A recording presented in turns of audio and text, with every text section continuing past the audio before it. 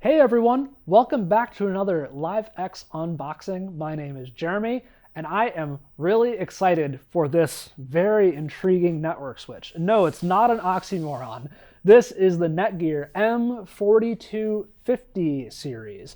This is a designed for AV switch, as it says on its box. So it's AV over IP, audio over IP, and video over IP. What we are going to use it for is to have one switch that can handle internet, NDI, Dante, and AES67. You might not be using all of those AV protocols in your productions, in your facilities, but it is really nice to have a switch that's purpose-built for it. As I unbox this, I'll tell you why this is so exciting, so let's just get right into it. I am going to spin this around, switching engineered for AV over IP. They've really done a good job with this box, and it actually made me excited to get it. A lot of IT gear is not really focused on the unboxing or the box look at all. So it's definitely got me excited. Let's see here. I cut those open. I realized that this was upside down. Flip it around. Got these stickers here. 1, 2, 3. I think I should be good now. And pop that open. Yeah, there we go. All right. Nice, simple packaging here. An installation guide is here in order to set up the switch. I will stick to it that paper installation guides, very useful. Because if you ever need to quickly reset this in the field or do any work, you just put this in the Pelican case that it might be in, or you keep it with all of your other guides. So I'm gonna pop this out and see if there's anything else that this comes with. So we have the switch itself first. I'm gonna set that aside for now. In here, looks like we have some other equipment. I'm going to put this box down here. Go. All right. I'm assuming we have power adapters and hopefully some rack mounting gear in here. Let's pop this open without trying to damage it. Go. Not bad. All right. Start out with rack ears. Very nice that they include these. I wouldn't expect anything less for a network switch, but I still don't take it for granted. We have what looks to be a console port or something like that. I'd have to look at it to make sure, but we'll get to that.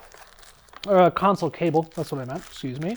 Some more rack equipment, other rack ears that are shorter, as well as some rubber feet if you don't want to rack mount this. That's nice.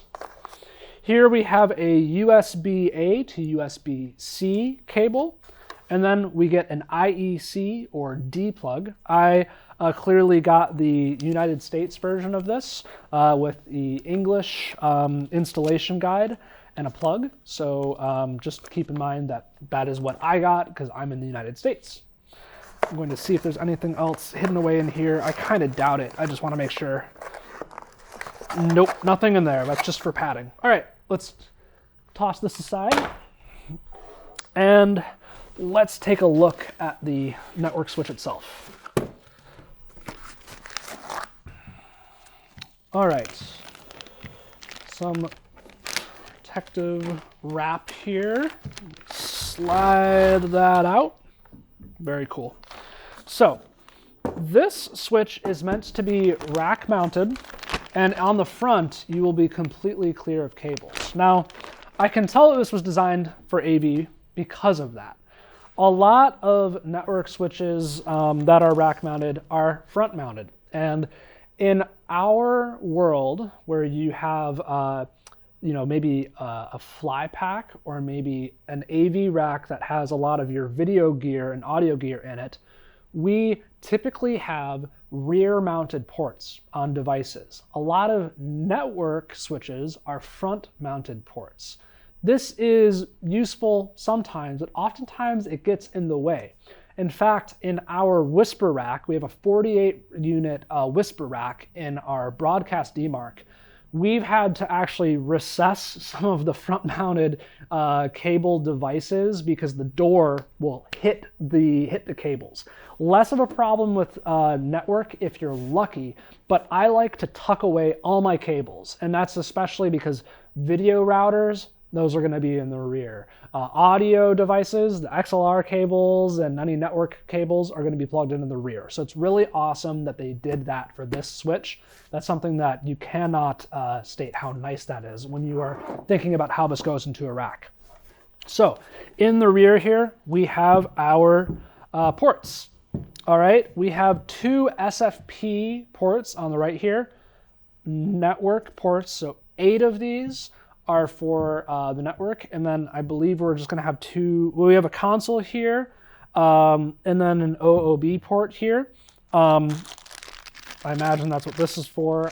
I admit that I mostly just configure my switches via Cat6 cables, but I know that oftentimes you do need to get into console, so very nice to include multiple options for that. As well as a USB cable. I honestly haven't read up on what exactly this is used for, but hopefully it makes setting up the switch easier and maybe doing any firmware updates easier as well. So let us know if you have any questions about either of these 2 connections. Like I said, most of the time I'm just interacting with it through the web GUI, but having console for terminal commands, very, very useful. A power switch here. I like to say that I don't usually like power switches on my network ports because I like to make catastrophic things very hard to happen. Catastrophic thing would be switching this from on to off, whereas if I have a power supply and even better dual redundant power supplies, I'm not as worried about that. So I imagine that instead you would just want multiple of these switches for redundancy.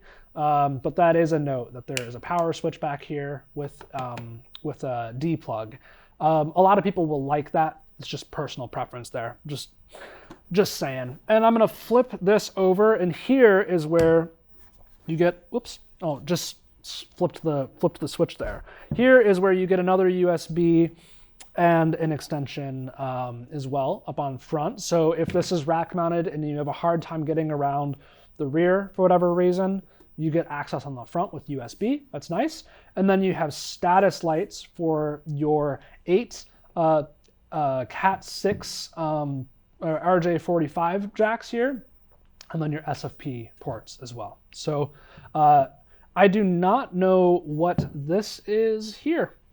That's interesting. Let us know if you happen to know. We get fans on the left and fans on the right. It looks like the fans are, if you're looking at the unit, on the right side, and they're drawing air through there. So, that's pretty standard. On the bottom, nothing too fancy. We do just have a Netgear port, or some Netgear information here. So overall, it's pretty much what you'd expect from a network switch. This is a managed switch, a little bit heavier than if you have just like a passive, inactive, unmanaged switch. That's the word I'm looking for. So a little bit heavier. Probably, the product dimensions you'll be able to find online, but this is going to fit in, most fly pack cases that you have with the rack ears here. So all of that said, I am excited to get into this and start configuring it, get different ports set up for different port profiles. I'm very excited to try this out. It should be a good fit in a lot of AV use cases. And if you stumbled around on this video because you looked up the SKU on YouTube and you were expecting to get a full walkthrough, we don't have that yet. This is an unboxing. But if you're interested, please let us know and we will walk through it and answer any questions you have by the time you're watching this, because we've already tested it by the time you're watching. Thanks for watching. We'll see you next time. Take care.